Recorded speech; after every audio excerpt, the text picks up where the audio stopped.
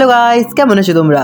আশা করছি তোমরা অনেক ভালো আছো। আমি জীবন রয়েছি তোমাদের সঙ্গে। তোমরা দেখছো প্রিন্সিবন ব্লগ। আজকে শেয়ার করব আমার প্রতিদিন কলেজ যাওয়ার একটি ছোট্ট ব্লগ। প্রতিদিন আমাকে বাসে আসতে হয় অযোধ্যা থেকে একদম বিষ্ণুপুর বাস স্ট্যান্ড পর্যন্ত, এবং সেখান থেকেই কলেজে যাই। কিভাবে যাই তোমাদের সাথে সেটা শেয়ার করব। তো চলো, দেখতেই পারছো এখন আমি এসেই পড়েছি বিষ্ণুপুর বাস স্ট্যান্ডে। আর এরপর কিন্তু যাব কলেজ। তো এরপর তোমরা দেখতেই পাচ্ছ কলেজে যাওয়ার জন্য রাস্তাটাতে উঠেই পড়েছি। আর ফাইনালি গাইস পৌঁছেই গেছি কলেজে। কলেজের কিছু ভিউ তোমাদের সাথে শেয়ার করে দিলাম পুরো কলেজটা ঘুরে দেখানোর জন্য। তোমরা যাতে দেখতে পারো তার জন্য একটা ব্লগ আমি অলরেডি ইউটিউব চ্যানেলে আপলোড করেছি। তোমরা অবশ্যই সেই ব্লগটি দেখে আসতে পারো। এই ভিডিওর ডেসক্রিপশন বক্সে লিঙ্কটা দেওয়া রইল।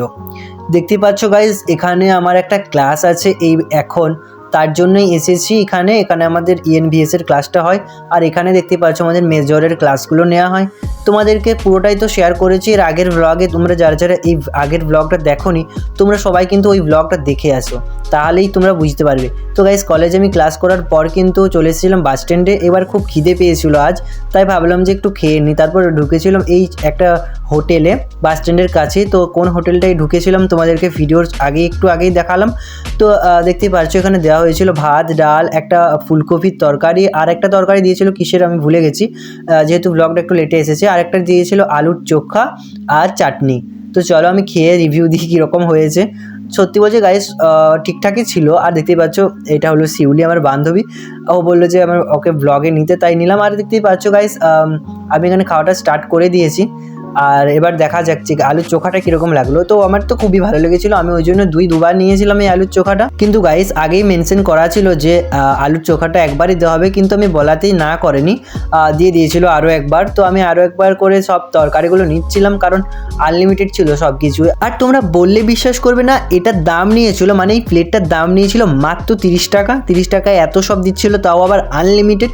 যদিও আলুর চোখাটা ওয়ান টাইমই দেয়। আর এখান থেকে তোমরা মাছও নিয়ে নিতে পারো, মাছের জন্য এক্সট্রা পেমেন্ট করতে হয়। তো আমার এখানে খাওয়া দাওয়া কমপ্লিট। এরপর আমি নিচ্ছিলাম এখানে একটু জোয়ান, এবং জোয়ান খাওয়ার পরেই কিন্তু আমরা সোজা যাব বাসের ওখানে, যেখানে বাসটা দাঁড়িয়ে রয়েছে, কারণ আর মাত্র 10 মিনিট রয়েছে বাসটা স্ট্যান্ড থেকে ছাড়তে।